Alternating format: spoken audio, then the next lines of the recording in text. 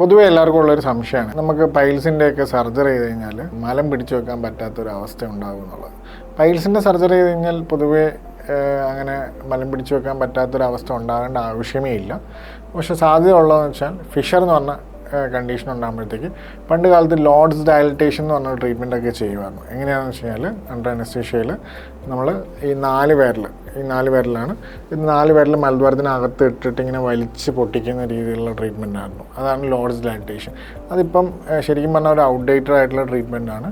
ഇപ്പോൾ കൂടുതലും നമ്മൾ ലാറ്ററൽ ഇൻറ്റേർണൽ സ്ഫിങ്ക്ടോട്ടമി എന്ന് പറഞ്ഞ പ്രൊസീജിയറാണ് പ്രിഫർ ചെയ്യാറ്. എന്തുകൊണ്ടാണെന്ന് വെച്ച് കഴിഞ്ഞാൽ ഇപ്പോൾ ഈ ലോഡ്സ് ഡയലറ്റേഷൻ എന്ന് വെച്ച് കഴിഞ്ഞാൽ ഇങ്ങനെ വലിച്ചു കീറുന്നതുകൊണ്ട് തന്നെ നമുക്ക് എത്ര ഫൈബേഴ്സ് പൊട്ടുമെന്നോ എത്രമാത്രം മസിൽ ഡാമേജ് ഉണ്ടാക്കുന്നോ നമുക്ക് ഒരിക്കലും പറയാൻ പറ്റത്തില്ല.